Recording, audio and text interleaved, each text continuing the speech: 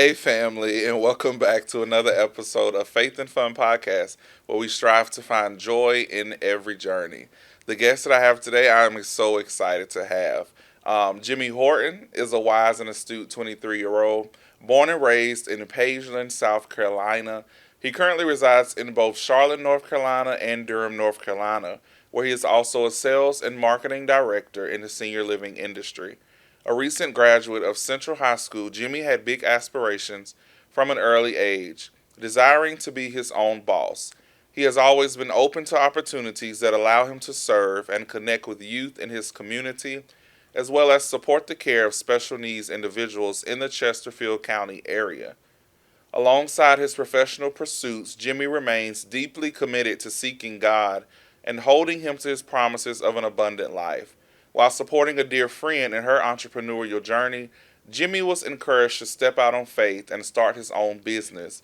Known for his openness to growth and development, Jimmy aligned his actions with God's will, continually striving to be obedient to his calling. His recent venture, Kingdom by Jimmy, launched on January 23rd, 2021, through a platform he often used, Facebook Live.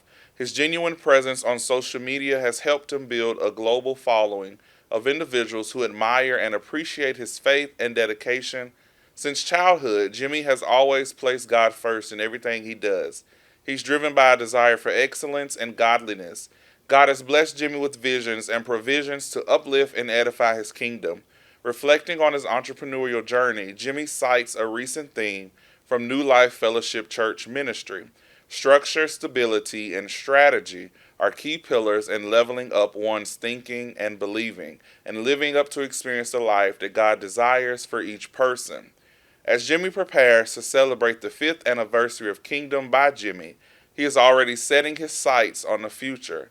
His goals include inspiring others to dream big, trust in themselves, and have faith in God to pursue their best lives. He also looks forward to collaborating with other entrepreneurs and expanding the Kingdom by Jimmy empire. Jimmy, I'm so glad to have you here. I'm so glad to be here. So your bio. To be 23 is kind of long.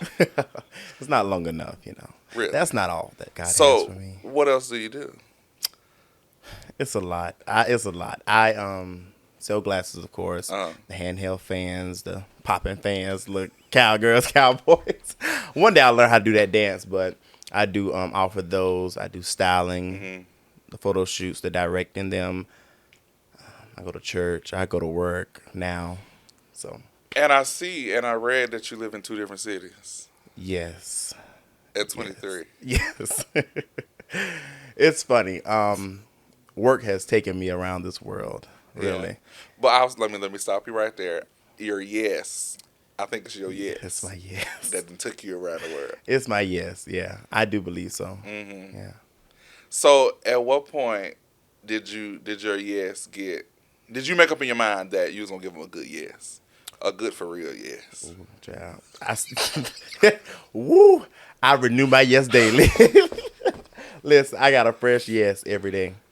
Every day. Yeah. She asked whatever that. Huh? You said you got a friend that asked. I said I got a fresh yes Oh, a every fresh day. yes. Yes. Yeah, that's good. Because sometimes I want to say no, but I still got a yes. Ooh, That's good because I was talking to my pastor, and she always says you gave God a yes, and you can't take it back. yeah. And I was talking to another friend, and I was telling her, I said, your yes started the GPS, and you don't get to turn it off. Wow. I said, no matter how off course you get, the GPS gonna always reroute you until you get back on Yeah. course. Yeah. Yeah. So you gave your yes gave God permission, and ain't no stopping until you get to your destination. Going with them all the way. Ooh, what you say? Yeah. So let's dive into it because I got some good questions. Okay. So can you share a time when your faith played a significant role in a business decision for your opportunity? Yes. Hmm. So my faith was tested the hardest whenever I first walked off my job as a DSP/R for Chesco Services. I used to work there. I worked there for 4 years actually, And it was always prophesied to me, Jimmy, you're going to be the richest person in your family. You're going to be the first millionaire in your family. I'm like, yeah, I don't see it, but praise God. Amen. Thank you, Jesus. And then I began to see like God really doing it for me. And it wasn't until I went to Dejon Brown's conference in Charleston. I can't remember the year, Lord. I used to know it by heart, but so much happens in life. Bishop Timothy Griffin, he prophesied to me, and he told me, he's like, Jimmy, he said, the Lord said, you can live an abundant life. You can, he's going to secure you to be able to live without a job. Like, it's left up to you. Whatever you want to do, you can do it at your own time. And so it was that weekend I left Charleston that Sunday morning, went back to my Baptist church, played the drums, and yeah, I do that as well. Okay. At Gulfspring. So I played them drums. I went to my regular church per usual, and that Monday, I went to work, and it was like it wasn't working. It wasn't work. Nothing was working. Like my boss was like, "You got to do this." It's already like, I'm not gonna do that. Like y'all know I'm late every day. I'm not about to do that. Like, come on, be for real. And it was like God literally frustrated me until I made that decision, and I walked out of my job. And need I remind you, I had just bought my dream car, BMW X6. It was, I loved all black, red seats. Yeah. I was bad. I thought I was rich for real. You couldn't tell me nothing. What? I went and the bank told me yes. That's all you need. That's all I needed. I didn't care how $600 insurance a month. I didn't care. Let's spend it. Let's do it. And I walked off my job. My faith was tested. There were so many days I would sit in that car and cry my eyes out. Like, God, how am I gonna do this? Where this gonna come from? I'm living with my mama, but still, who finna pay for this car? Yeah. How am I live? I'm used to going. I can go to the store. I can buy what I want because God was really supplying my needs. I had a set income, and then I had my business. It was a plus, but I really had to trust God, and He saw me through every step of the way. And when I really gave Him a yes and put my full focus to it, man, I made the most money in my life in that whole year and a half being only in business, like entrepreneurship. And so what age were you at the time when it first launched? What was I? Shucks. It was before 21 though, right? Yes. It was like 20. Wow. 20, yes. I just came out of high school. Wow. I was 20 because,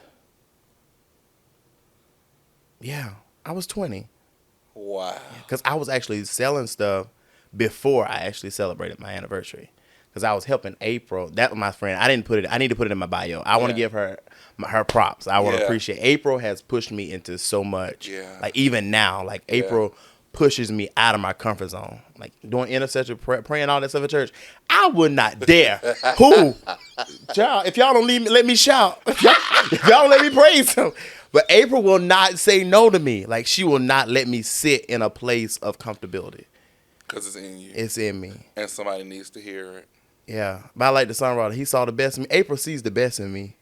And I am so great. That's like my best friend. I'm so grateful for her. Yeah. Like she did not let me sit in that comfortable now place. Going through that, where I know now you're grateful, but going through it, what was you like? Just leave me alone. Like, what? I was like almost about to go to Indeed. Seriously. I knew like, and even like to now, April tells me like, Jimmy, like on my job, she's like, Jimmy, this ain't what you're supposed to be doing. You're supposed to be your own boss. This is why you're so frustrated. This is why that's not working for you. This is why you can't submit to nobody. You're supposed to be your own boss. But I try to be content in every circumstance. Because Jimmy, let me tell you God. something. You can't do that. You can't do this. I try to be content. Because I promise you're going to stir me up real bad. But I get that because I was the same way when I was in management at a hotel. I loved it, but I knew that wasn't me. Mm-hmm. I loved the impact that I had on others, and they were getting what they needed, but I went home questioning, is this really for me? Like, it was just, I felt like I was so big in this little small box. Yeah. And I just knew that that just wasn't me what I was supposed to be doing. Yeah. And And oftentimes we'll stay in a place of comfortability because that's what we're used to, and we don't feel as if it'll work if you don't really put your faith to action, because the Bible says faith without works is dead. Yeah. So, And a lot of people are afraid of failure yeah, and the unknown. yeah. But you just don't. It's not until you decide to jump that you find out you got wings. Or that the ground is real. But even Yeah. when you fall, you know next time step over that. Yeah. Or because either way, you fall because you ain't strong enough to walk yet. Right. So you just take that, go back and get your strength, learn how to walk, learn what messed you up the first time, and walk around it. Mm. But to be 20, 20 at that time, they can't deny that the hand of God ain't on you. They can't deny it. I can't deny it. And I look, and oftentimes I do get, sometimes I get in a little moment. We all get there, like questioning it. But I realize, all I have to do is sit back and realize, Jimmy, you live by yourself. Mm-hmm. You drive your own car. Mm-hmm. You pay all your bills on time. Mm-hmm. You don't want for anything. Mm-hmm. You can do what you want to do. You're not the average 23-year-old. I promise you. Like everywhere I go, even at my job, they were like, when I first started, they were like, Mr. Horton, Mr. Jimmy. And then they're like, how old are you? I'm like, don't tell nobody, but I'm 23. Boy, I got grandkids your age. I was like, please do keep the respect, though. I can't help. Ooh, you make me feel so old. But it's like, I just remember, I remember meeting you for the first time at Carly's parents' house in Beijing. Yes. That's where you were singing at. What was that song you sung? Don't do that. I was like, go ahead, Mendarius. All my life, he's been faithful. Yeah. That song I was singing. Sure was. And it did get popular to now. Ooh. And we had to live it. Oh, my God. Ooh. Okay. It did. It was just, at that time, it was just a song. Right. It wasn't all my life because I ain't been through nothing at that time. But now, no. Yeah. But I remember meeting you, and you were just so loud and funny. And I was like, that's Jimmy. Because she always talked about you. And we became friends on Facebook, and I would see you. And it's like you were growing so much in a short time. Like, I think you went on this health journey, and you lost a lot of weight. And then your style, flipped. And I said, wow. He done grew up about 7 years. I said. Let me stop you right here. So, a lot of people said it was a health journey, but that was a place of depression. No. Wait, when you lost it? Or? Yes. When I lost, oh my God, I was bound up. The enemy had me down. No, seriously, I was in a rough place. And, hard storms, can produce a beautiful rainbow. And I thank God for that storm. I was 318 pounds. That was my biggest. I lost 57 pounds and didn't realize it until I put a suit on and the pants fell back down. Wow. Yeah. I just started it over again. The beginning of this year. Just don't be depressed. No, not this time. This is for the right reason. So this time, in January, from January to now, I've lost 27 pounds. I got a ways to go. I'm going to do it. Wow. Yeah. And see, people didn't know. They didn't know. We was applauding you the whole time, but we didn't even know you was barely hanging on. Woo. Let me tell you something. And you know why they didn't know? It's because I stay consistent. And I tell people all the time, even especially in church, stay consistent. Mm-hmm. I'm going through, I'm going to praise him. When I'm high, I'm going to praise him. So you're not going to know when I'm actually really going through unless you just have to really just tote me to the car because my emotions overwhelm me sometimes. But I never really show it. I try not to show it. And when I have my moments, it's behind the scene. Because, God, let me stop you right there. You remind me so much of me because I was telling one of my family members, she was telling me, she said, you're so strong and you always got a smile on your face and I never see you going through. I said, because I know you looking. Yeah. Oh. And I said, I can't afford my bad day to cause you to quit. Right. I said, so if I have to fake the funk in front of you in order for you to keep going, I'll do that. And I'll cry by myself. Yeah. I said, because I know that you're counting on me to survive. Yeah. Because if I survive, you know that you can survive. Yeah. and her mouth dropped. Yeah. She said, "So you don't?" I said, "No, I don't have it together. I'm just holding it Yes. very Literally by a tightly. thread. If one wind come through, I promise you." Like, God, I'm not just stroking, so you got to Yeah, lighten the so like load. I'm shaking, but I'm Yeah. holding it Yeah. because I know they're looking, Yeah. and I know for us to be so young and to be so devoted into the church, the eyes are on us, and it's gonna take one mistake or one wrong message to get out or one screenshot and it's over. And so I'm just like, Yeah. let me hold it up because Yeah. somebody needs to see that it can be done. But I'm like, Lord, if they just only knew. Yeah. I used to live in a place of um, the fear of disappointment. Now, my biggest fear always was to disappoint my mama. I didn't want to ever do anything to disappoint my mama. I seen my brother disappoint her. I seen my sister disappoint her. I didn't want to disappoint my mama. I don't ever want her to feel as if anything, my dad either, but you know, my mom is. Yeah. My mama think the world of me, and my Yeah. whole family do, and I appreciate. Are you the baby them. of the family? I am. Oh, that's why. I am the baby until my brother decided to have 7, and my sister had one, and my other sister had one. But okay, they probably gonna watch this. I forgot. Okay, but I do. My mom thinks the world of me, and she's my biggest supporter in everything in Kingdom. Like my mom was the first one to buy glasses for me, even to now. My mama paid full price. Don't look for no discount, even with her prescription. Yeah. Anything that I do, even the new business adventures I'm doing. She did the LLC. Yeah. She helps me. She sees the good in me. And there was another thing that I believe tested her faith when I quit my job, because she gave me a lot of backlash. She was like, "Jimmy, who you think you is?" Because the company I was working for, she was the trainer there. Okay, And so okay. she was like, "This is what y'all gonna do. You don't want to go to school," because I didn't go to college. You go straight to workforce. So I've been working ever since I was 15, legal. My mom and dad always taught us, you want something in life, work for it. Nobody's giving you anything. We didn't get no graduation ring.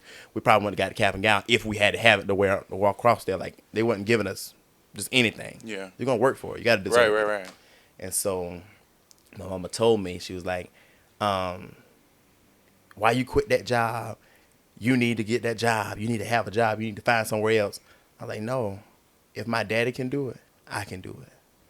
My daddy don't work for nobody. He's an entrepreneur. My grandpa didn't work for anybody. He's an entrepreneur. And if they can do it, I can do it. And she shut up. She left me alone. And I was so grateful. I think she trusted because I'm pretty sure she knows that you have a strong relationship with God. Yeah. And I think she trusted his voice to you. Yeah. Yeah. And I'm grateful that she like my family sees the God in me. Like this current last year and almost the end of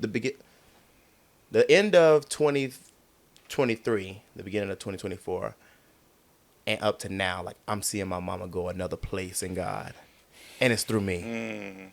Because a lot of people don't realize whenever I started going to my church, you read in my bio, New Life Fellowship Church, under the leadership of Overseer Jakeem Bowman. We do honor you, sir.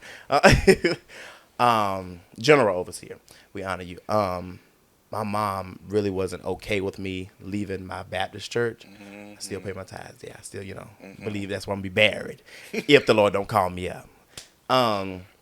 She didn't really believe in me leaving my home church, but when she seen me on the live where she seen me praying and she see how I can get up and stand in front of this camera and pray, she's like, why I'm not doing that? Am I sitting in a place of comfortability? Ooh. And then she'll text me sometimes like, how you think about this? How should I respond about this? My mama can be very, very hot-headed sometimes, and that's where I get it from. And like when I first started to see like my mama listen to me or she would take advice that I would give, it just opened up another window. Oh, God. Yeah. So I really believe she sees the God in me. She does. Yeah. They can't deny. Yeah. But even from you quitting your job up until now, they may say what they want, but they cannot deny that God don't have his hand on you. Yeah. And I believe that you're the answer. I believe it too. Woo! Yeah. Yeah, My pastor preached a sermon a few weeks ago, about a month or so ago, and she said she would always ask herself, what young person goes through this amount of stuff at a young age and still have their right mind? And what young person goes through this and doesn't take themselves out? And her sermon title was "You're the Answer," Mm. and she was telling me, she said, "Man, dearest, you're the answer for your family." She said, "That's why it's so hard. That's why they fight you the way they do. That's why you're on this journey, because you have their answer Mm-hmm. in your mouth, in your life. The way you live is going to be their answer, Yeah. because they got to see that it can be done." And it's almost, there's a story in the Bible. She just talked about it a few weeks ago, to where you had to go somewhere you've never been before. Mm. I have to get you from where you're comfortable, and I have to take you to a place to where what I do from the Lord, what I Mm-hmm. do in you, nobody can say that they did it. Right. He has to take you from what you're used to, and I believe that's what he did in you and what he's doing, because it's not by mishap that you're on this journey Yeah. and you're being catapulted so fast, and you're only 23. Yeah. You're only 23. Oh my God, it's so bad. Like, Yeah. you're doing so much that so many people who are above 30 are just trying to do. Yeah. And I think now, okay, so our parents and stuff, when they were growing up, they probably wouldn't have quit their job to, this stuff. Like, the young people now, Yeah. if we don't want to do something, we're not going to do it. Right. And if we done mess around and got a little hint from the Lord, we going to act. Yeah. Yeah. And I think that's what they need to see. Faith in real time. Right. If the Lord say quit, okay, I'm going to quit. Weird. Because that means you got to take care of me, because this is what you told me to do. Right. Right. So if anything happens to me, it's on you. I'm just doing what you told me to do. Yeah. Fear and trembling. Shaking in my boots. Yeah. I'm going to trust God. Yeah. Yeah. And even going through that time, my main prayer would be, because I remember you said something about in your right mind. My daily prayer was, Lord, keep my mouth and keep my mind. Because the enemy will try to tear your mind to pieces. He will have you thinking things that ain't even true. Like, these people ain't stunning you. They ain't doing Don't even that know about your you. name. Like, right. And any little thing, you'll be easily offended. Mm-hmm. And it'll have you so stagnated. Because he knows if he can get your mind, Yeah. he got the rest of your body. You got it all. He can attack your arms and legs and you can recover. But if he gets your mind, That's it. I used to get, not laugh, but I used to just look at, when the older people be like, he kept me in my right mind. Whew. Baby, let me tell you, that didn't hit real for me until I started working in senior living. Woo. Have you ever been in the memory care? Mm-mm. You got world, whatever you do, take a day, go to a assisted living / memory care building. Ask them to do a tour of your memory care unit. My first day as an activities director, when I moved to Charlotte, I walked in the memory care unit and I had to run out to go to the bathroom. I was crying my eyes out. Because you see people that look like they're good. They'll walk up to you and talk to you like you're their daughter, their son, their husband, because they're not in their right mind. Dementia is real. Mm-hmm. It's so real. And I encourage all my cousins and brothers and sisters, like, don't drink alcohol. If you're going to do it occasionally. But to drink every day, because alcohol-induced dementia, like, there's no going back. You don't get a redo. I mean, and these people are not just 80 and 70 and 90 years old. There's people in their 50s that'll never get their mind back. And then not even just in the memory care, I have to go to the hospital, the behavioral health unit, where I walk in with my back on the wall the whole time because I don't know who's going to come behind me and get me because they're not in their right mind. So, God, I pray, keep my mouth and keep my mind. Yeah, I'm telling you, life is real, and people don't realize that. They're like, those people stand on the street, they crazy. No, for real, they crazy. because they allowed a certain situation, or they allowed a hardship that God sent their way to overtake them. Grief overtook them. Drugs overtook them. Temptation overtook them. That's so good because I driving in Uber in Charlotte, I see a lot of homeless people, and every time I see them, I just think, what happened? Yeah. What what could have been done? What were you lacking to send you down this path? Because they could have had it all together.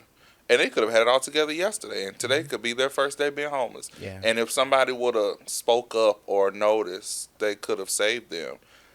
And so it just puts you in a place of gratefulness. Yeah. Especially for you, because this is what you see every day.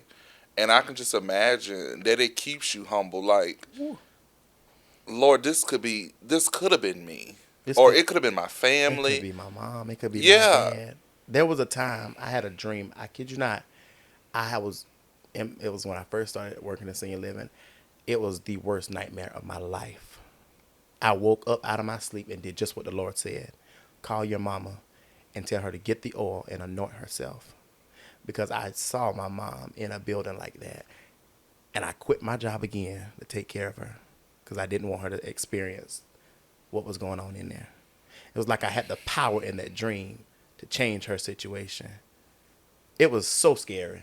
I woke up out of my sleep and called her to get that oil and anoint yourself. Because I couldn't get there. I'm in Charlotte. I was scared. I'm still scared. You But I believe the God. You the answer? Yeah. Yeah. All right, move on. I start crying. Yeah, Ah, I knew this okay. episode was. Let's go. Ooh, okay. Next question. How do you navigate challenges and setbacks in your entrepreneurial journey, especially being so young and having this faith that you have? I don't know. It's been a struggle. One of the setbacks that I'm experiencing now is to trust people. Trust. I have trust issues. And anybody that I come in contact with that I'm, bringing closer to my private life, I let them know up front, I got trust issues. So I might question you. I might not trust everything you say. Because you could tell me it's raining, but I still got to go out there and look. I had to stick my hand to feel it. Because I don't trust a lot of people. I've been burnt a couple times. Had my heart broke. Yeah. So you got to be easy with me. You got to give me some time. And so it's hard to trust people in the business world because you don't know who's trying to steal your ideas. Who can you confide in? Who can the business owner confide in? Who do we trust? Because, people are so jealous that the smallest thing that they see you doing, they're going to try it. Because I hear all the time, people tell me, Jimmy, you better get back to selling them glasses. That's what bought you that BMW. So then all of a sudden so what? You just want to sell glasses to buy a BMW? Like, it's not that simple. There's a grace on me. I believe it. Like, God has anointed my hands. Everything that I touch will prosper. And I believe it. So trust is really one of my main problems. Like, who to trust? Why should I trust them? And so there's not many people that I trust. Yeah. And so even with like my graphic work, I try people out. I don't stay consistent. Now there is one that I've been pretty consistent with lately because you don't know who to trust. Because I don't want to get so high and I get to a level where everything is going good and all of a sudden they vanish. I've had it happen before. Like I had a graphic designer doing all my graphics, made my website. I shut my website down to rebrand it. Here we are today and I still don't have a website. So who do you trust? Like, you don't need to trust your family, your friends. Who do you trust? And that holds me back a lot. Like, and I try not to let it get me stagnated, so I try to figure out ways to go around it. But who do you trust? Yeah. I trust in God, my Savior. Who the one? Yeah. Who would Never fail. Yeah. But I believe that He sent and He's sending you people that will make it easy, Mm-hmm. and he's sending you the right people Right. because he's sending you people that won't take from but just give. Yeah. And I believe he's doing that for you Yeah. because if he, which I know he did, he put you on this journey and he will assist the journey. Mm-hmm. And until he sends the people in the human form, if you have to trust in him, then that's what you do. But you're going to be just fine. Yeah. And he's going to make sure that the journey that he put you on will be fulfilled in its entirety. Yeah. Whether, one person has to do everything. Because he called this journey and because you said yes, he going to make sure it's okay. Oh yeah. Oh yeah. I believe it. Yeah. Yeah. Because there's nothing that he'll send you on that he won't equip you for. Right. Most definitely. Mm-hmm. Yeah. He's going to do that for you. So, in what ways do you use your platform to inspire and uplift others in the community? Um. So my platform, I try to keep it very inspiring. Like, I try to post all the good and not the bad. There was a season where I would post a lot of bad stuff.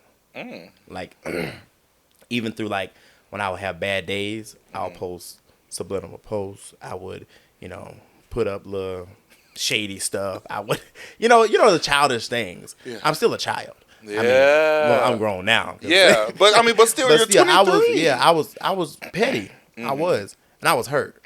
Mm. And so and then in certain places and times, I want you to feel like I feel. And you'll look like a dummy trying to make somebody feel like you feel that don't care. Mm. You're trying to prove a point to somebody that don't care. Ain't even stunned. They ain't thinking about you. They probably turned your notifications off. Probably unfollowed you on Right. Facebook. And so I was trying to get out of that space I got out of that space of doing that. Like, who cares? Go talk to your friend about it. Go tell April. Yeah. Yeah. And it can stay right there. Mm-hmm. Go tell somebody closely. Let it stay right there. Vent about it. And that's something that I don't do. Like, I don't. No. Why you in my business? No. I'm not about to vent about all my stuff. What? My business? But it's not healthy to keep it I don't in. care. I was at work today. I was talking to a therapist. He comes on Friday and talks to our residents. Just pretty much like listen to him. And so he was like, "What's keeping you from going to therapy?" I was like, "Cause I don't want you in my business. I don't know you. Wow. I don't trust you." But that's the best therapist because they don't know you. You think that? Don't do Until they that. get on your face with it. I'd be like, Jimmy? Yeah. And so like, I don't know. I just feel like I don't want to tell all my business. Like, I get that. I've lived that. Let's move on. Then I hear you say, "Oh, you gotta deal with that. You gotta deal with that in your past. You gotta, for what?" But no, for real. Now we're gonna talk about it now. We finna get deep. I'm trying to tell you. But no, so we've moved on in time physically. But emotionally we're still there. Yeah. Because trauma is literally when your brain stops at that thing that happened. And that's how I was with certain situations. Yeah, I'm older and I've moved on physically, but I'm still there mentally. Every time something triggers, I go right back to that place. And I'm that little boy who was going through what he was going through. Yeah. So I get what you're saying. I was the same way. It's like, who do I tell? Because everybody I told either told somebody else or left. And here I go again, back alone. Right. But it comes a time, I came to a place to where I wanted to not be triggered anymore. And I wanted to get to a place to where I can look at the trigger, know that it's a trigger, and not be triggered. Yeah. But it took me a long time to get there. Yeah. And for me, I almost got to the point to where I enjoyed my little sob story because I knew it got me attention. Or I knew, people would, and I necessarily didn't want people to feel sorry for me. When I tell people my story, I don't want you to feel sorry for me. I don't want you to be like, "Oh, I'm sorry." I don't want you to do that. I'm just telling you what I've been through. Yeah. So that you can understand why I live my life the way I live my life now. Just hear me. Yeah. And then you'll understand why I do what I do now, because that's a lot of things that happened then. Because I didn't heal, it affects me now. Mm-hmm. And so that's what I'll tell you. Like, sometimes you have to deal with those things, because I remember one person telling me, whatever you don't heal now, just going to show up when you get to this bigger you. Yeah. And then at this bigger you, it's going to be public. Yeah. And so now you have to deal with that publicly. Yeah. And so that's before I started this podcast. It was a lot of things that I had to get right privately, Mm. because if they showed up publicly, it would just tear me up. Yeah. And so, yeah. And so for me, I started therapy. How you like it? I ain't been. How did you start? I did. So, BetterHelp. I was actually watching a podcast, and it came across BetterHelp. It's literally all on your phone. Like, you don't even have to go see the person. Mm. It's called BetterHelp. I downloaded the app, applied, they asked you all these questions. I answered them truthfully, and I found out that I was crazy. I was just playing. Wow. Okay, let's So- get out of here. But yeah, no, so they answer you like a few questions, and I answered them, and they ask you, what topics do you want your therapist to specialize in? So I answered them, and then they took like 3 days, and they matched me with a therapist.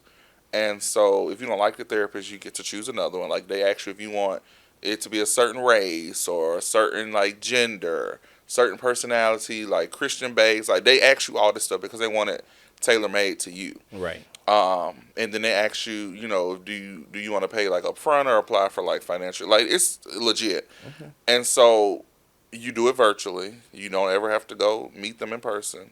You can literally like FaceTime them. And then they also give you the way it's like you can text them at any time you want to. Through the app, you could be like, oh, I'm feeling low. I'm feeling low. And they respond and help you. Yeah. Is it working? I haven't been. I mean, you haven't started at all? No. Oh, you just starting in your mind. Yeah. Oh, okay. I mean, the first step to healing is admitting you got a problem. Yeah. So I did the hardest part. Yeah. I just gotta go. But I'm kind of at the same place that you. I just don't. I really told him, I said, I feel like it's a waste of my time, because at the end of the day, Jimmy's going to do what Jimmy wants to do. And that's just it. And I hate to be like that, but that's just it. Yeah. It's my time. This is my life. I'm going to do whatever God wants me to do. And I'm going to try to align my will with his will. Yeah. That's all I really want to do. But there was one thing that I did acknowledge about myself, and I helped myself through, and it was a spirit of jealousy. I struggled with being jealous for so long, and I was like, where did this come from? And I remember going back to a child, because my mom was so, like, she was almost another me. Like, she would help anybody. She helped everybody. She worked in special needs, so she had the heart to do there. And it was even to the point where, while I was still in high school, she started working for DSS. And it's like, Ma, you gonna help all these people kids? Like, you taking in my cousins, my day friends, these little Caucasian kids coming in the house. Like, my mom would take these kids to school. Why they got to come to school with us? Why they doing this? I was jealous that these people were getting attention from my mama that I needed and that I wanted. Me and my mom never really had this tight bond as long as I lived in the house, but we got closer as I moved out. And I desired and I longed for like to have the attention that my mom would show these other people, and I became jealous of them to the point like I really hated them. I did not want them around. Wow. And I realized, like, Jimmy, you can't be jealous. Yeah. You're going to get your time. And so I prayed like, God, no matter what I see, no matter what I face in life, even with business, no matter how good they're doing, no matter how good this person's doing the same thing you're doing, you can't be jealous of it. Your time will come when God is ready. Yeah, and because for one, you don't know what that person had to deal with to get that. Right. And I I was younger, and I would say, "Oh, I want that. I want this like them." And one of the elders in the church was like, "No, you don't know what you asking for, baby. Yeah. I said, no, I just want that like them. And they were like, no, you don't know what it costs. Yeah. And I said, okay. And Mm-hmm. it didn't resonate, and I didn't understand until I grew up and started going through stuff. And somebody looked at me and they said, "Well, I want to pray like you pray." I said, "No, no. No, you Keep your goo goo gaga prayer. yeah, 'cause No, no." you don't want to cry like this. You don't. Every time I pray, I start crying. Like I get so tore up. Like y'all don't know. You really don't know. You really you want to live in Charlotte. You really They don't don't know, know. Jimmy. You want They to don't drive the know. car. You don't know. You want the business, They don't know. but you don't know how many times I didn't have. How many times I was crying, but then I post a video on Snapchat laughing. You don't know when them people broke in my car and stole my wallet. You don't know. It's It, when I had just paid off my car and then walked off my job again for the second time, and then that same weekend totaled my car. Then I'm carless for a day. and all I was doing was doing what God told me. Whew. What? Y'all don't. They don't know. They don't Like, know. I got a testimony, and I'm gonna tell my testimony. Y'all don't know. You Like tell for them real. that? No. Oh, I'm about to say because we ain't got no tissue on We set. listen. We about to change this. Get me some drums in here. I just Keyboard. they just don't know, They don't know. and that's why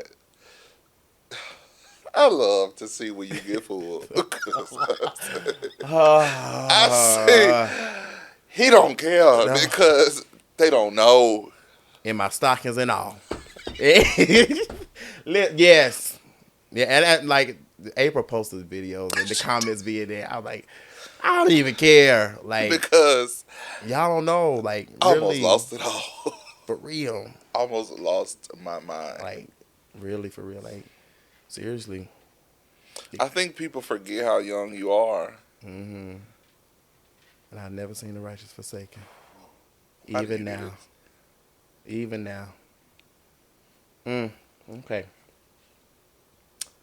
And because I'm his seed, I don't have to beg for anything. Yeah. Yep. My praise is for real too. I can My tell. praise. Now. I remember when your granddad passed away, and How we go? Okay, go ahead. because you talk about your praise, and I didn't see the funeral, but I think a few videos after you and Deontay, because I think he lost his granddad too. Y'all were together. Yeah, y'all were together somewhere, and y'all just went in, and I was like, they just don't know. They don't know. Let's talk about this. Let's talk And I'm gonna do good. I'm gonna be good. Like okay. y'all, my friends gonna hope y'all count. I'm gonna be good. I'm not gonna cry because losing my grandfather has been by far the worst death I've experienced in my life. Like it was back in August, even to now. I have to, because I realized I came to the realization grief is a decision. And when I celebrated my grandfather's birthday last month on the 27th, I had to tell myself, Jimmy, you will not grieve today. You will not cry today. You will not be depressed and you will not sit home. I went to Durham. I signed another contract with another building. I walked around all day with a smile on my face, even through grief. Although I wanted to, but because I made that decision not to grieve, I did good. Yeah. And I was proud of myself. But as that night came to an end, I felt myself shutting down because it was becoming more than I can bear. But I thank God he didn't allow me to shut down in front of people. Because one of the hardest things that I've been really trying to do is hold it together in front of people. I've masked it for so long, but when it hurt really bad like that did, like when my grandfather transitioned, we knew it was going to happen. Like we were preparing. We took him to the beach. We took him to, my grandfather was in prison for 30 years. So I met him in prison. And people like, oh, Jimmy, you weren't that close. Yes, I was. My grandfather bought me shoes from prison. Like my grandfather would my grandfather was the real OG. And what it was his way or the highway. And a lot of people held my grandfather to a certain respect because that's just how he carries it. Although he did some terrible things, he asked God to forgive him. And I believe my grandfather went to heaven because it was 2 years prior to the doctors. My grandfather was so sick in prison, they didn't know what was wrong with him. And so when they finally took him to the doctor, he had stage 4 cancer. And they gave him 6 months to live. And when I found out, I began to pray, and I prayed, and my grandfather would pray, and he would call me, grandson, pray for me. You praying for me? And I would pray for him. And I was believing God. Man, Darius, I was believing God. Like, I was putting my faith to the test. It didn't matter what nobody said. I didn't care what no doctor said. I knew they were going to I told God they let my grandfather out of that prison. Because for many years, they denied his parole. They denied it. They denied, even when he was diagnosed with stage 4 cancer, they denied it. Like, my mom was like, they're not going to get any better. Let him come home. They denied it until they diagnosed him, gave him 6 months to live. Even through prayer, he lived 2 years beyond that 6 months. It was all in God's will. Got a call. My mom was like, we're going to pick him up. He FaceTimed me. He was walking in the backyard. Like, my grandfather was out. And so, like, when he got out, my faith went to another level. I really didn't care no more. Like, my grandpa out, he about to live. God gonna do it again because he let him live for 2 years outside of the 6 months. So he gonna let him live even longer because he's out now. He got him out of that prison. Mendarius, those 80-something days, I got so close with my grandpa. Anything he want, I bought it. Fishing rod, suits, shoes. Even when I would go see him, he seen shoes on my feet. He didn't wore the shoes. I bought them in the closet. I want those shoes. I would take those shoes off and walk barefooted. I would give him anything to my grandfather. And it was because I knew that he didn't have the chance to experience all that stuff for so long. And it was like out of nowhere he started to decline. Like, it went fast. And my mom was nervous. She was like, my mom had surgery on the arm, but she was still taking care of him. Like, my aunt, they would come in, tag team, wash him, bathe him, give him his medicine, whatever. My grandfather went from walking, running around, skipping, till he couldn't get out of bed. And we took him to the beach. And it was his first time ever going to the beach. And it was raining. God stopped the rain the moment we touched the sand. I kid you not. I have videos on my phone. Like, God gave us a chance to let my grandpa see the beach. Like, I drove our church van down there. Church van. All us loaded up. We went to that beach. And I was like, it's going to rain the whole time. We got out there, umbrellas and all. All we want to do is touch the sand. We got out there, and it stopped raining out of nowhere. It didn't rain no more. And when we got back, we got to Buc-ee's, and Overseer Rashawn Wilson was in there, happenstance. My grandfather was so weak, he couldn't even get out. We couldn't eat. We had to get Waffle House to go because it was the only thing open that late, and we had to get it to go because he was so weak in his body. I got scared, but I still believed God. I prayed and I prayed. I would anoint my grandfather and pray. I would leave oil, and every time I would go, I would make sure it was church on in this camper. So my mom and aunt, they bought him a camper to live in because that's what he wanted. Like, he wanted his own place. And so I would go out there. I would go see him. I would try to get him to go to church with me. He would go to my Baptist church in the morning, but I really wanted him to go to New Life. We gonna lay hands. We gonna pray, and we gonna believe God. But the last time I tried to get him to go, he had his fishing rod sitting on the step. He's like, grandson, I just don't want to go today. I'm gonna sit right here, and somebody gonna take me fishing. And so he went fishing and caught a fish. He did. I actually have a picture of it. But it was that night. I'll never forget that Friday night. I was in Charlotte. I worked that day. I got home. I was supposed to go straight there because I had pizza from work. We had a party at work. I took that pizza, left it in my car. I said, you know what, child, I'm going to just throw that away. I ain't going out of the night. I don't feel like driving all the way to Pageland. I went in the house, started folding clothes, laid down, couldn't sleep. I got up out of my bed. Something said, Jimmy, go see your grandpa. Got in my car at 11 o'clock at night. Drove to Pageland. It was about 12 when I got there. 12:15. My mom asked me, "What you doing out here?" I was like, "I come to stay the night." My grandpa, she's like, "I'm going to the house," and then my trainer came, and she was like, "If I knew you coming, I wouldn't have stayed." So because at that point he was on morphine every 4 hours, every 2 hours, he was still fighting against it. He didn't want to take it. He didn't want to take it. It was like so bad. I was so scared, and so we stayed there. That morning, my aunt, she said, "I'm gonna go home, freshen up. I'm gonna come back." She wasn't gone 5 minutes. We heard some, like his breathing stopped.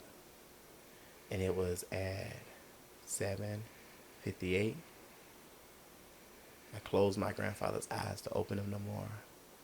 And it was like something stabbed me in my heart, in my chest, because I believe God so much. Like, God, you really gonna let me down like that? You really gonna do me like this? Because I believe God to heal him. I wanted him to do what I said. And I prayed for so long, he let him live for so long. And it hurt me so bad until I was talking to one of my friends. He was like, "So Jimmy, what do you do when God don't give you what you want? What do you do when your faith is tested to he takes away what you prayed to let him stay?" And so I battled for so long. I'm still battling. Like, it's a mind thing and it's a decision. Like, and then one of the girls at church was like, I had a dream that I seen a man with a fishing rod. He told me to tell you he's all right. I was like, "Girl, you better get away from me." Like, girl, go ahead. I know my grandfather's all right. He got his business right. I don't care what nobody say. My grandfather, he did some bad stuff. He killed some people. Yes, he did.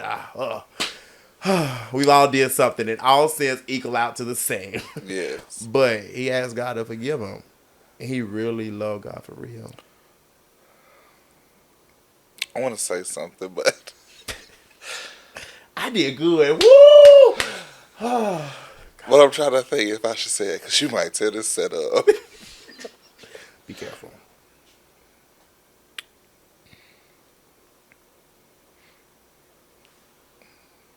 Go ahead. I'm trying to form it. But he made it in because of you. Yeah. I believe that. Man, what are you doing? Stop. There. Okay. Move on. My pastor, I refer to her in every episode. She lost someone very dear to her. Mm-hmm. And we were asking her, "How are you doing?" She said, "I'm not as low as I'm supposed to be." And she just always said it. She said, "I'm not as low as everyone expects me to be." And she always says, she says, "Grieve, but don't grieve like you ain't got no hope." Yeah. She said, because he told us the day was coming. Yeah, yeah. And she would always say, "Grieve, but don't get too deep in it, because you're going to get to a place you can't come back from." Yeah.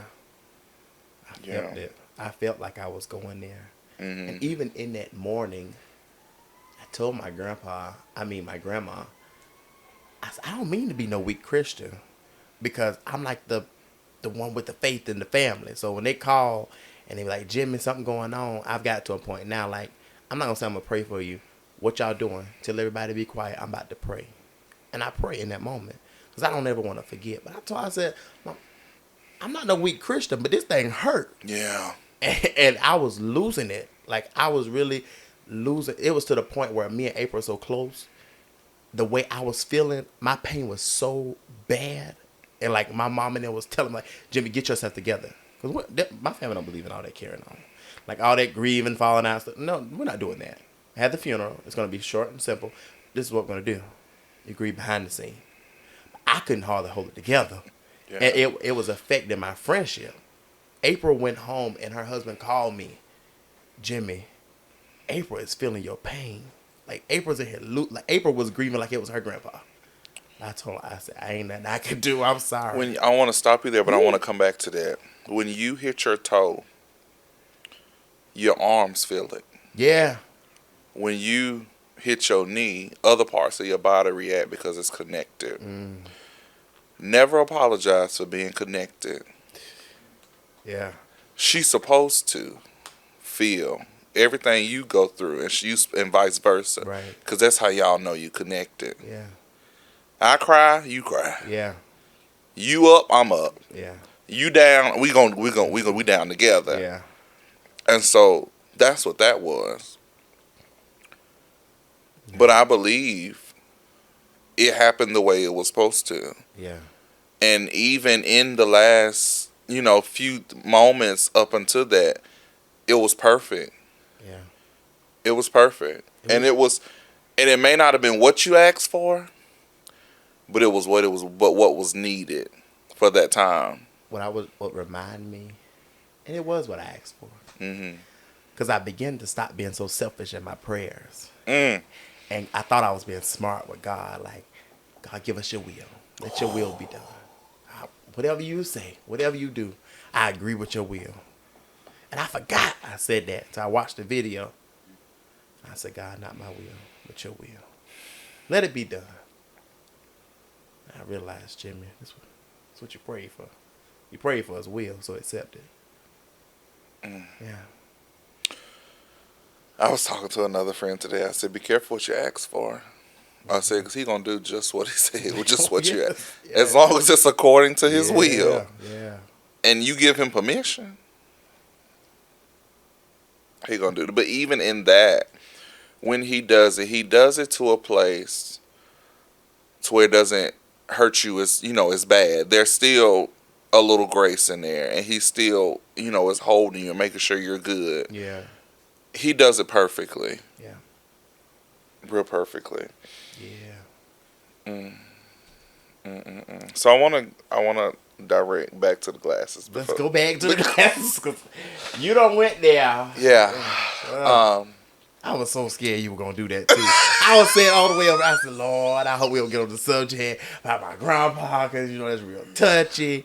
And I'm growing. I can. This is my growth. You're growing. Yeah, there was days I would lay in it. I would literally lay in it. Like, it would tear me up so bad. Yeah. And I prayed to God, and I was telling one of my friends too. I was like, because he lost his mom. Michael lost his mom, and I was like, how do you hold it together in public when the conversation presents itself? He said, I take my mind to a different place, and I choose not to do that. I said, so grief really is a decision, something you got to decide that you're not going to do. Every single day. Every day. You got to decide, no matter how many memories, because Snapchat is trifling. And they'll even alert you. 3 years ago today. Yeah, like seriously, even today. There was a video of my grandpa, like, when he got out and was walking around, see y'all know never again.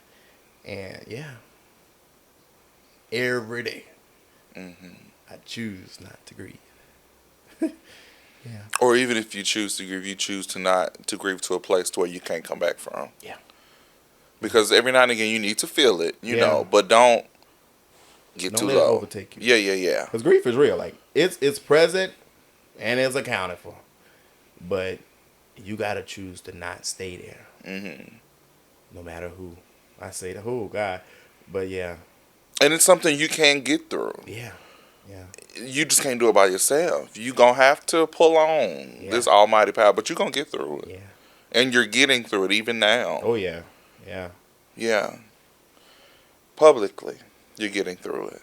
Yeah. Publicly. He's going to make sure you get through it. So, All right. I like to say you're a celebrity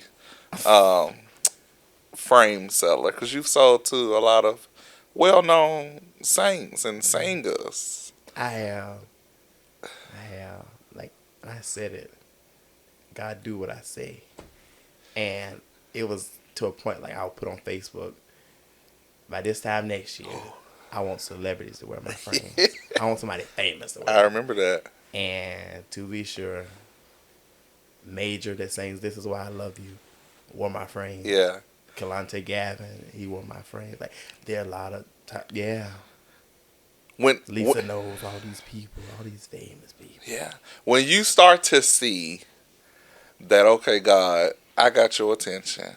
Or when you, not even attention, but once you start to see, because in your bio you said it was when your actions aligned with his will. That's the cause of all this. Yeah. Because you chose to make your actions. Once you realize that you got the formula, how it's like, how you feel? I felt good. I felt really good. Yeah. I did. I felt like I was above myself. Mm-hmm. But right here recently, I've been praying this prayer of, God, keep me humble. Keep me humble. No matter how high I get, no matter what I drive, no matter what I wear, how much money I make, how much money you allow me to see, keep me humble. I don't ever want to walk past somebody and they just say I'm nasty, I'm rude. Because growing, like, whenever I got in my little era where I lost that weight, child, people call me arrogant, stuck up, bougie, nasty. I was like, no, but that's really not me. They was like, and they would really come back and apologize. It was one guy came to my church, and because anybody coming to church, I'm gonna greet them, I'm gonna love on them, because I want y'all to keep coming to my church, because this is really where I want God to keep you at. Yeah. So he was like, oh my God. He said, Jimmy, I had to call you and apologize. He was like, I really had a bad impression on you. Like, From social media? yeah, no, like from social media and looking at me from the outside. Like, he said, Jimmy, he said, the way like I see you and the way people talk about it, they praise you. Like, it's Jimmy, and they wear your frames. He's like, and the way you portray yourself, like, why aren't you bougie and stuck up? I try not. That's why I told him to put that mirror right here. I try to keep my facial expression together because my face don't define who I really am. And so I just can't handle it. So I be looking stupid, and I be trying to get it together. Yeah. But I really, yeah. I don't see it. You've always been the same. I try to be loving and jolly, but then it's only too much I'm tolerating. Most of them are intimidated. Yeah. That's what it is. I've heard that. It's intimidated because let me tell you something. Jimmy, you doing the thing. Like, because it's a level of professionalism that you carry to where certain doors are just opening because of how you carry yourself. Yeah. I told my boss today and the therapist that was there. They were in the office together. He was like, Jimmy, you always dress so nice. Let me tell you something. I said, I don't dress where I am. I dress for where I'm going. Ever since I was a substitute, when I graduated high school, like, when I walk in there, they would think, like, the principal, Mr. Miller, he was like, Jimmy, we'll pay for you to go to school. We want you to be a teacher. You're so good. You look nice, dress nice, you dress the part. I don't dress where I am. I dress for where I'm going. Yeah. Like, and that's what it is. Yeah. They don't understand. They can't understand because the average 23-year-old is not like, and not even but it's just a level like of where God has you. It's like the professionalism and the doors that are opening. You're a 23-year-old selling to celebrities, well-known people. Like, they're intimidated. Yeah. It's okay, though. It is. Yeah. Because at the end of the day, you suffered for this. Ooh. What?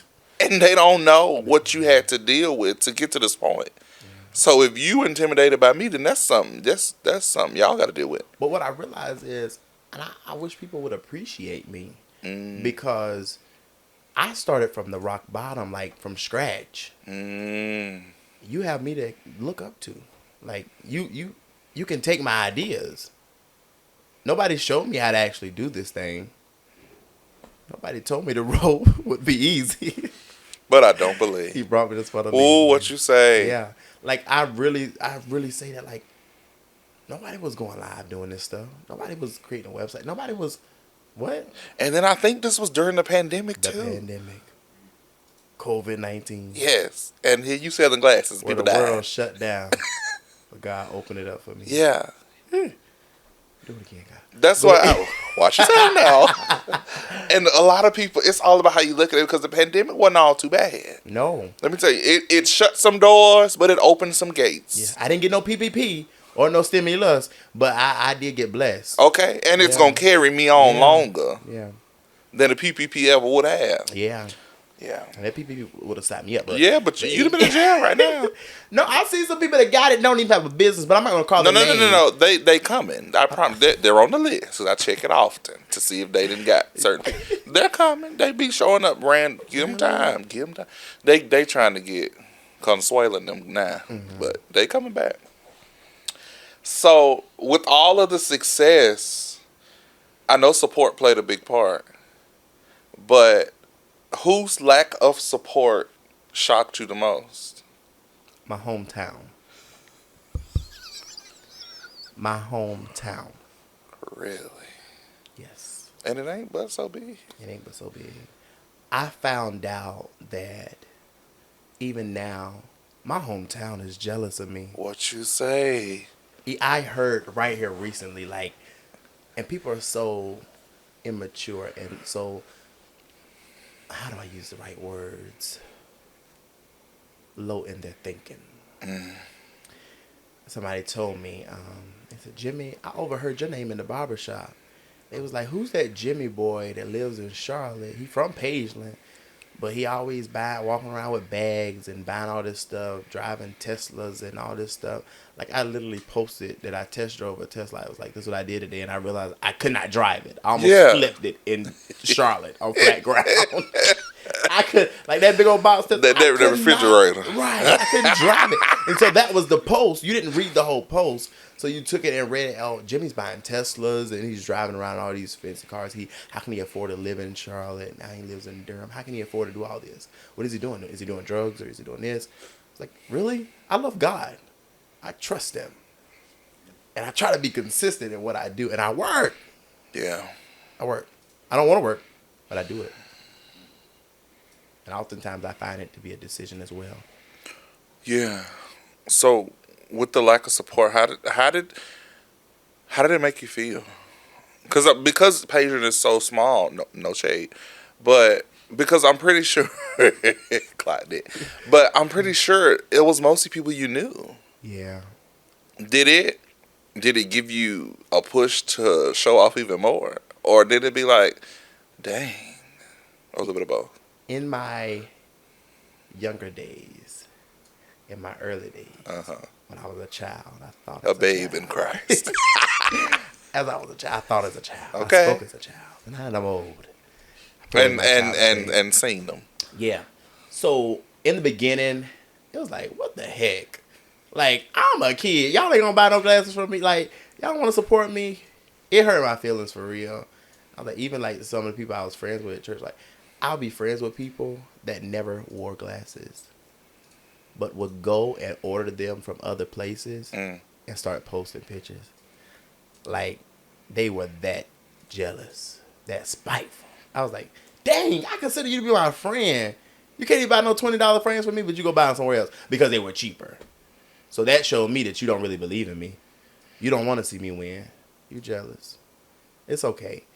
I learned to overcome that. Like, Jimmy, it's enough for us all to win. Mm-hmm. Because, and it took somebody to tell me, it's like, just because McDonald's sells burgers, Burger King is not affected by somebody else going to McDonald's and buy a burger when they can go to Burger King. Okay. It's enough for us all to win. Thank you. So, like, the opinion of others and them supporting me, it really don't bother me because it's the strangers for me. Let me tell you something. That girl, it was a girl, it was a woman on I think we about to talk about the same thing. It said something about a stranger will support. Yeah. Faster than a friend. She said, F the family. It's the strangers for me. My mama made me take that video down because she cussed at it. But I was like, no, for real. Forget them. Mm-hmm. Forget y'all. Yeah. Like, I love y'all, but forget y'all for real. Yeah. I don't care. Yeah.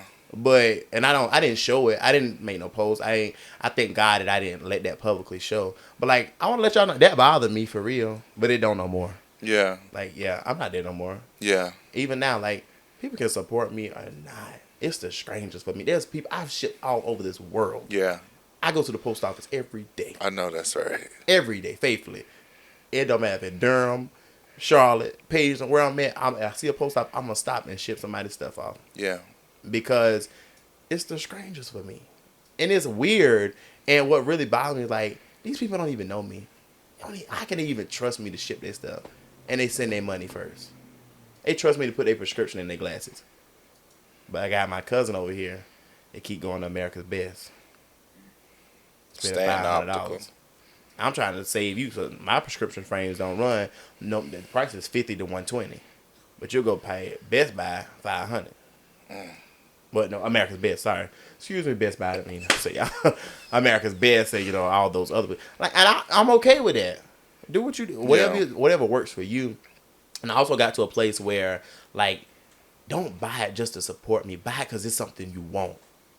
Don't buy it because so you can say, oh, I supported Jimmy. He gonna support me because I'm not. If you're not selling something I don't want, I'm not gonna buy it. Yeah. I give you a seed. Share your stuff on Facebook and people don't realize support is sharing my stuff. Yeah. You can like my page. Yeah. You can comment. Yeah.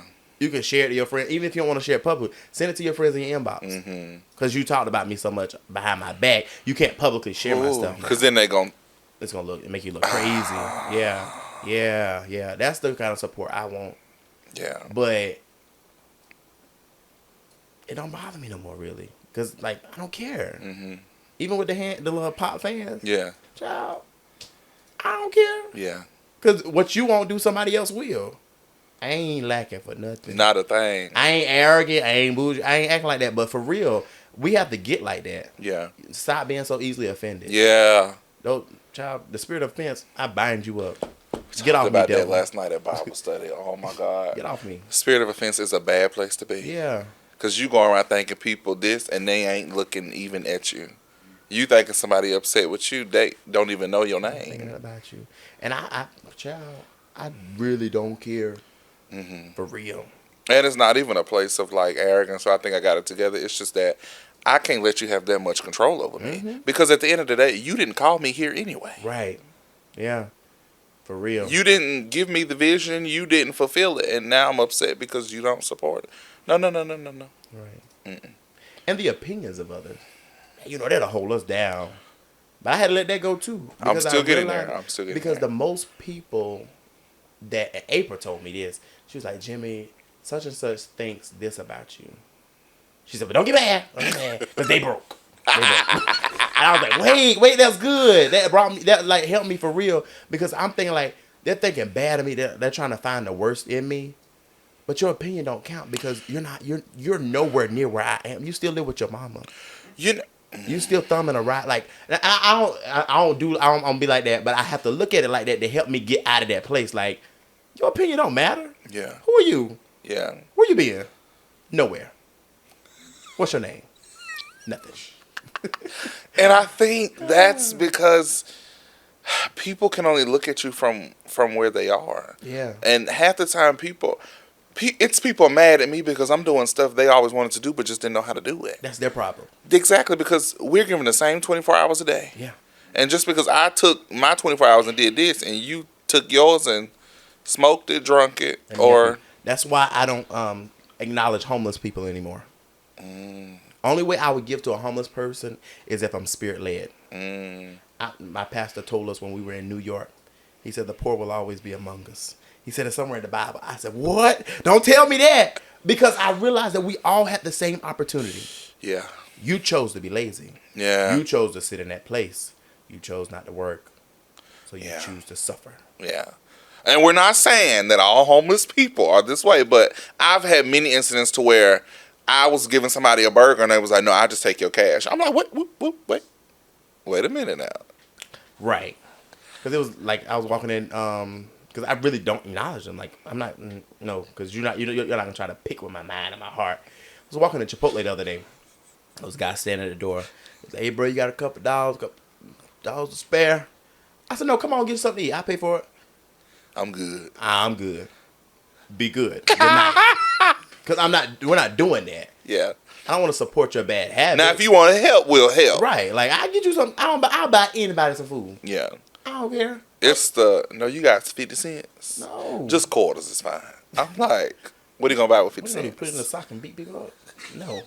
I'm trying to protect somebody else. No.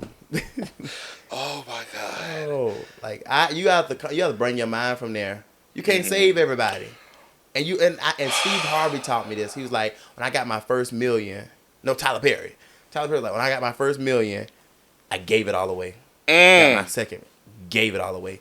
Because you want to see people be where you are. You want people to experience the abundance in life, and you want them to have more than you want, have more like you do. But you can't do that until you really get on top. Because you can't drag people up the mountain that's really weighing you down, release the weight so you can go. Like, I found myself doing it. I'm like, I'm trying to fix everybody else's problems. But Jimmy, the more you work on their problems, the less you get behind. The farther you get behind. Because unless you're working on your own. I'm getting farther behind trying to bring you up here where I'm at. Now we back here together in poverty. No. I don't live there. No. I'm not going back to poverty. No. I know paycheck to paycheck? Who? Child, I can't. Having low money makes me depressed. I be confused, frustrated, irritated, pissed. I be losing it. Seriously. Child. Not to have no money. That is a place of depression. That's why I keep credit cards. I'm in the process of paying off one now. I need to extend this limit. Max, yeah, take me to the top. I can't live without money. Yeah. I can live without a friend. I can't live without money. Or a car or a house. I gotta have it. I gotta have God, live off bread alone. money, car, and a house. I gotta have it. God first. Money. Money make the world go round. I'm telling you. If I can't go and do what I want, I'm mad. I want to always go in the store.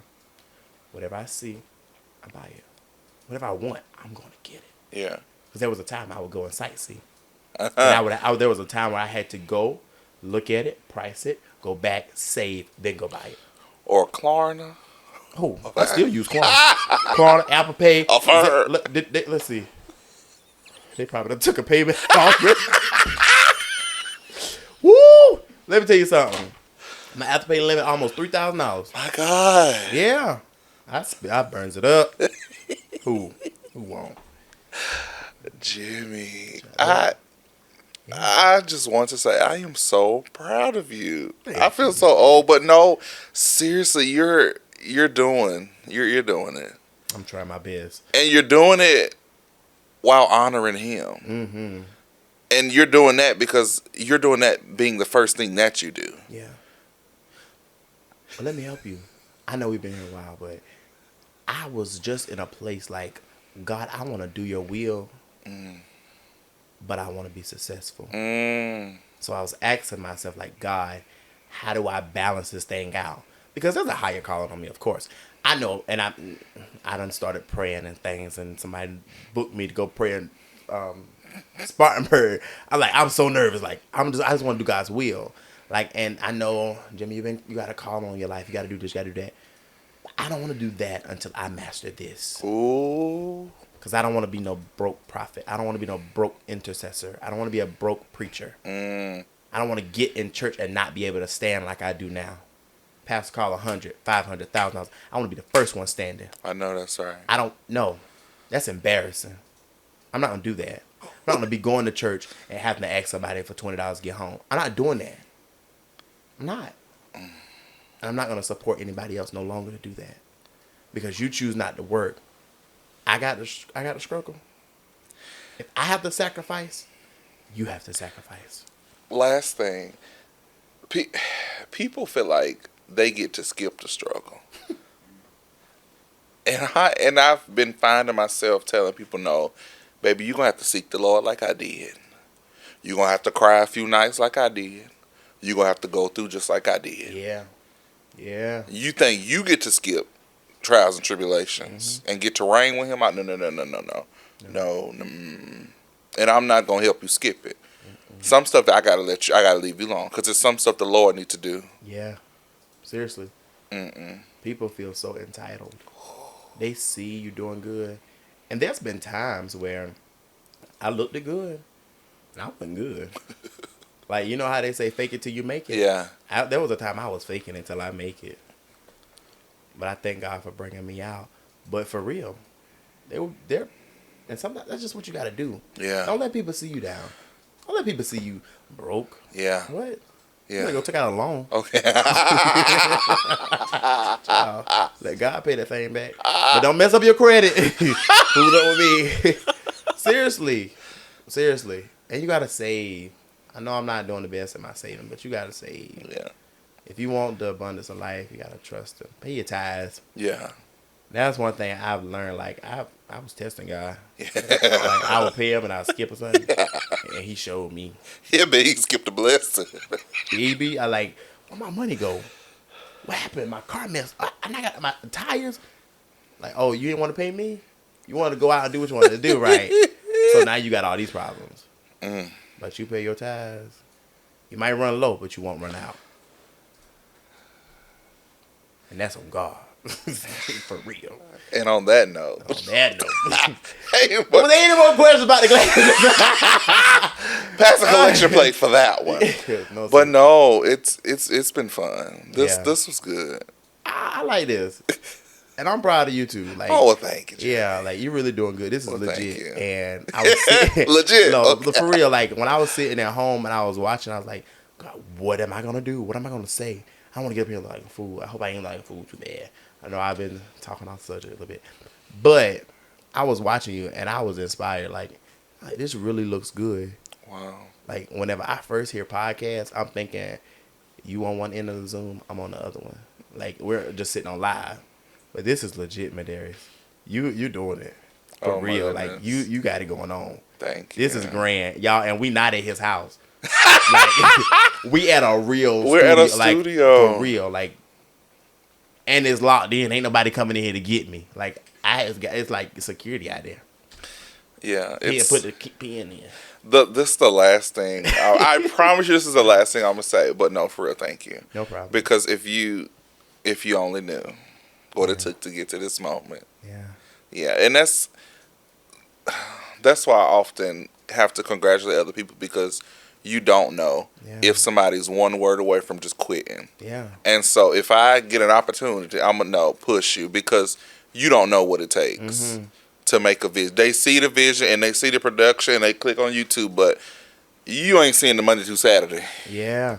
Yeah. You just watching the hour-long film on YouTube. But no, it's yeah. Thank you so much. No problem. But one last thing before we go: any vision that God sends you on, He will equip you for the vision, and He will send the right people to make the vision easy. Because this production literally came out of nowhere. I found him on TikTok randomly. Yeah. After I gave God a for real yes, and that's something else for a whole nother day. But once I really was serious and I said, okay, God, I want to see how far my yes takes me. And he popped up and we started talking and it's been going good ever since. And how I know that it's from God is because every guest that I have, they end up closing in a deal with him after. And I said, well, that mean you next. Right. So I said, well, Lord, okay, we all can eat at the table. Right. Yeah. He's good. Faith and Fun family. Thank you so much for tuning in to another episode. We'll see you next Sunday. Take care, y'all.